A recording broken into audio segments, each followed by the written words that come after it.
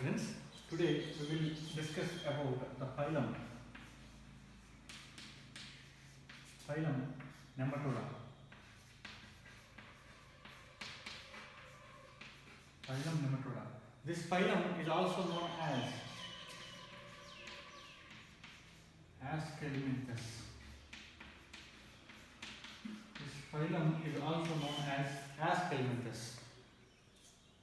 This is the fifth phylum we are discussing: Porifera, Cnidaria, Ctenophora, Platyhelminthes, and Nematoda. The animals present in this phylum are commonly called as roundworms. Already we discussed this point when we are discussing Platyhelminthes. Those are called as flatworms, and these are called as roundworms. And already I discussed in the previous video why these are called as roundworms. The worm is like this, and if we cut the portion here, and if you can see, this looks like a round shape.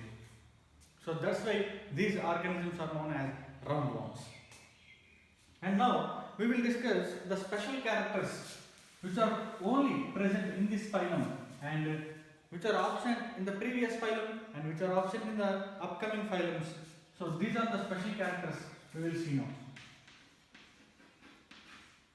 Special characters that's present in the phylum Nematodes. These are pseudocoelomates. Pseudocoelomates.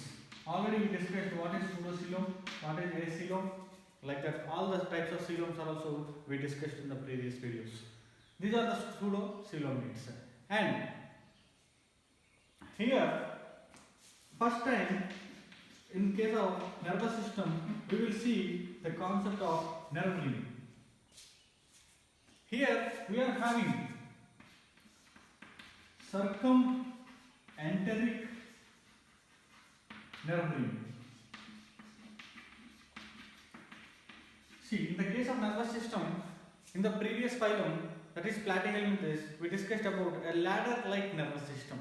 But here, the nervous system contains the nerve ring. So what is nerve ring? Nerve ring is a group of ganglia which connects. Nerve ring is a group of nerves which connects different ganglia. Understanding? For example, there are two ganglia here, two ganglia here, and two ganglia here. And these two ganglia are connected by a group of nerve fibers, and it is looking like a nerve ring. And the place where these nerve fibers are surrounded, that name will come here. Circum, that means round. This nerve fiber make a round around a special organ. That name we will give to that nerve ring. Here we are discussing about nerve enteric. Enteric means that belongs to alimentary canal or gastric cavity. So if the nerve ring is surrounded the alimentary canal, here we are using the term enteric. Specifically, if the nerve ring is surrounded the pharynx region, we are calling that as a circumpharyngeal nerve ring. If the nerve ring is present surrounded the esophagus, we are calling as a circumesophageal nerve ring. So depend upon the location where it is make a round, the nerve fibers surrounded, that name we will give to the name of nerve ring. So this is how here the nerve ring is circumenteric nerve ring. And these are the animals first exhibiting tube within tube. Tube within tube of body organization. That means this is one tube and another tube is present here. Tube within a tube. So what is those two tubes?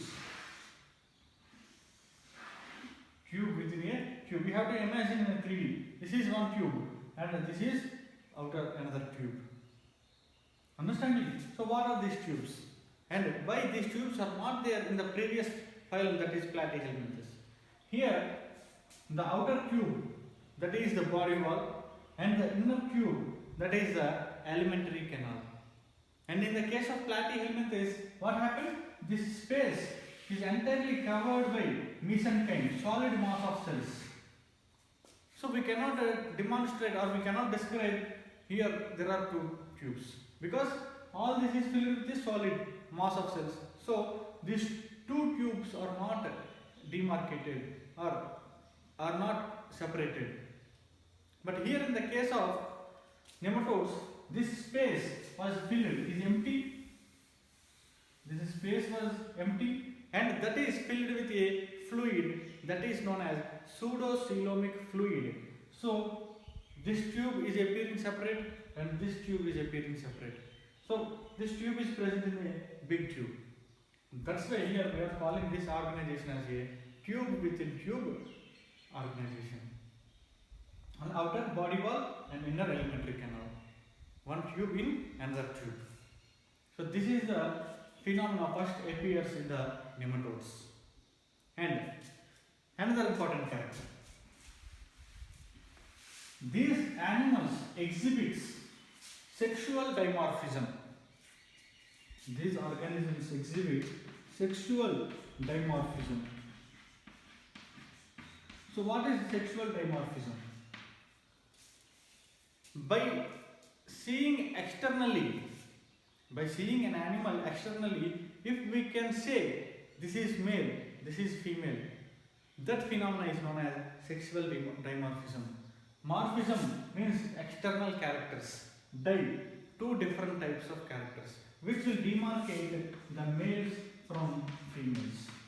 If you take two worms, roundworms here, by seeing their external character, by seeing their physical characters, we can demarcate this one is male, this one is female.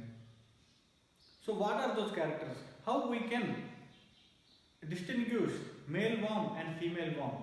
We will see now.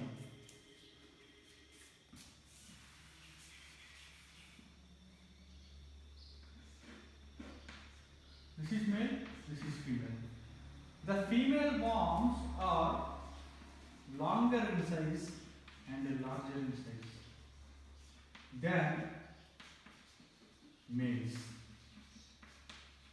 So if I give you two worms, one is small and one is longer, then by seeing you can say that longer one is female worm and the shorter one is male worm. Okay, and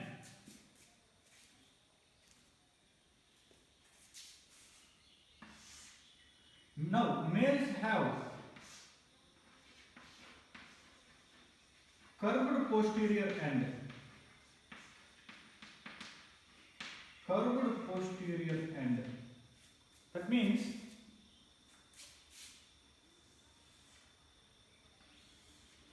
this is female and this is male. See, the posterior end is curved. And they are having copulatory spicules. They are having copulatory spicules which are helpful for reproduction, and these are helpful for penetrating into the female genital aperture and they will pass the sperms into the female. So these structures are helpful for the reproduction. So these are present in the males and this is the external character that is present in the females. That's why these are exhibiting sexual dimorphism. This copulatory spicules in some group it may be one and it may be two in another. So it is having either one or two copulatory spicules. And one more, the most important character that is exhibited by phylum Nematoda is utili.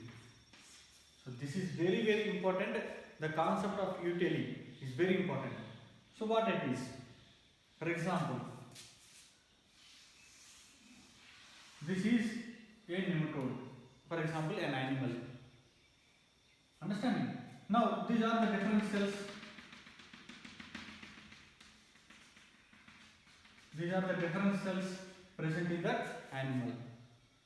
After reaching adulthood, for example, from larval stages, it reaches the adult. This much adult. Now, after reaching the adult stage, all the cells, for example, by reaching the adult stage, it is having 100 cells. It is having 100 cells. And remaining 20 cells, at that time, there are 20 cells. These cells are gonadal cells. That means very helpful in reproduction. Understanding? These 100 cells are remaining body cells and 20 cells are gonadal cells. So at this stage, what will happen? This number will be fixed.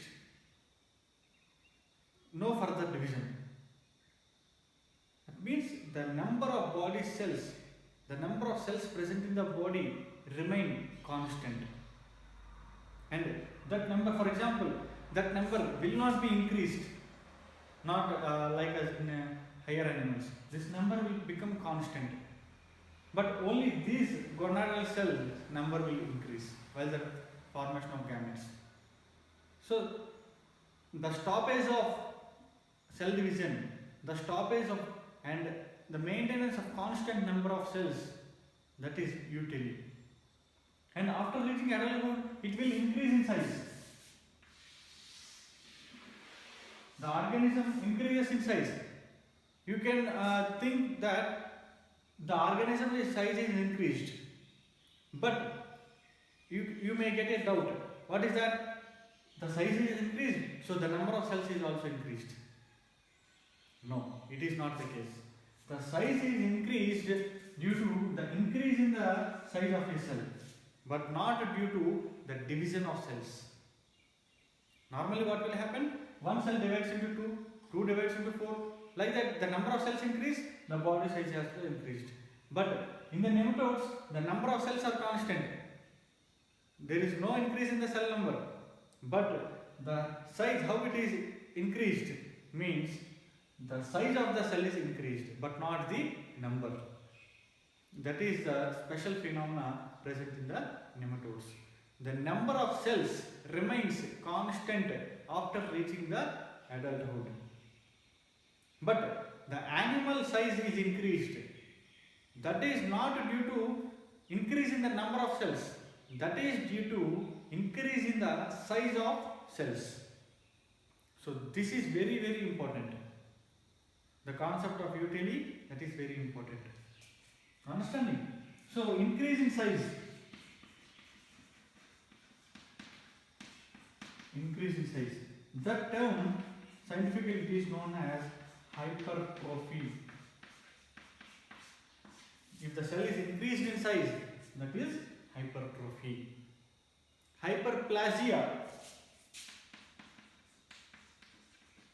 Hyperplasia. This is increasing number. So this is the difference between these two, hypertrophy and hyperplasia. So here what will happen? Hypertrophy is happening. Hyperplasia is not happening. Hyperplasia was seized at particular number of cells. That thing we have to understand here. So these are the special type of features which are present in the nematodes and which are absent in the previous and upcoming phylums. Now we will discuss the general characters.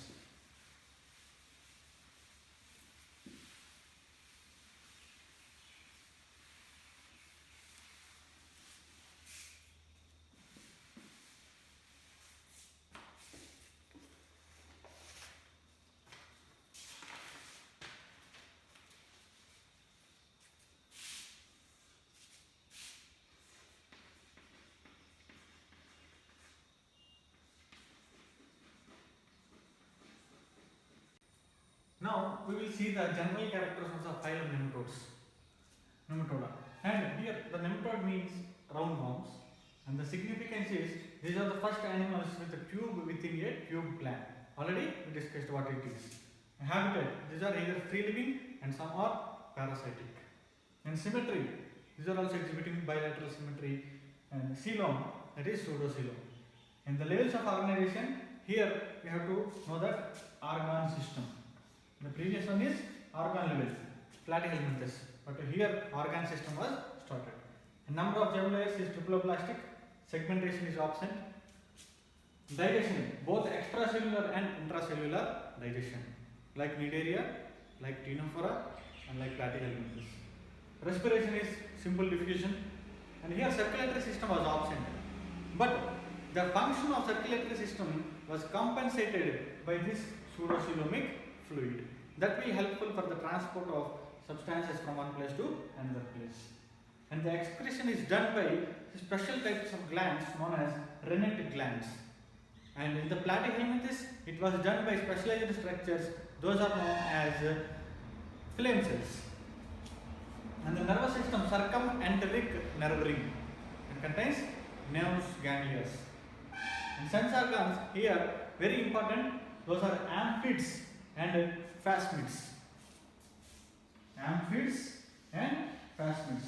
This is very important, and this is very important, and this one is also very important. Amphids and phasmids. And the sexuality, these are unisexual. That means males and females are separate, except Caenorhabditis. This is also very important for exam point of view. Caenorhabditis. And the reproduction is sexual reproduction. Fertilization is internal, that means within the female. And the development is indirect development. That means here the may be direct or indirect. Development may be direct or indirect. But if it is the case of indirect development, larval stages are there. And again, in the larval stages, we can call as moltings. What are moltings? For example, if you observe at farms and fields, we can observe a snake layer, snake skin. The snake will shed off its skin, and new skin will come to that snake. So what happens? The shedding of the external layer.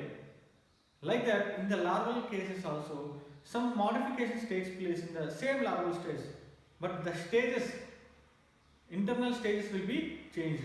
Those are called as moltings. So each and every organism which is going to be exhibited this type, they have 4 types of moltings.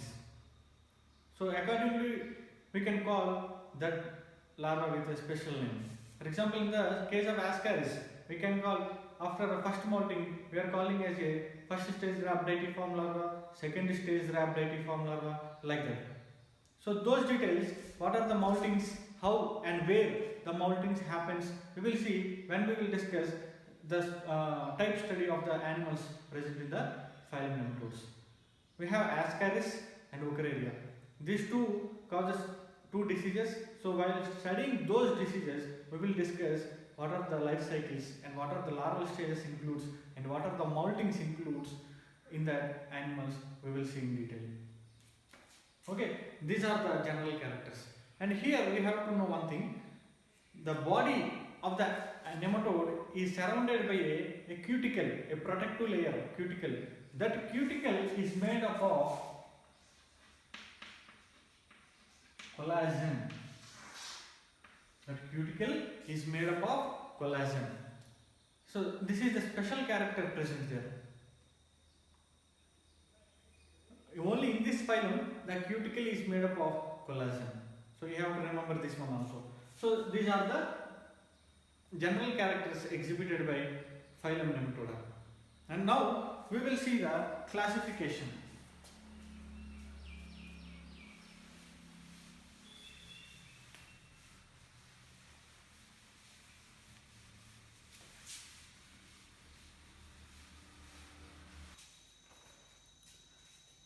Now we will see the classification of phylum Nematoda.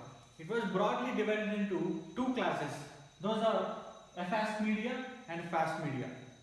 So depend upon the structure, sensory organ, that is amphids and phasmids.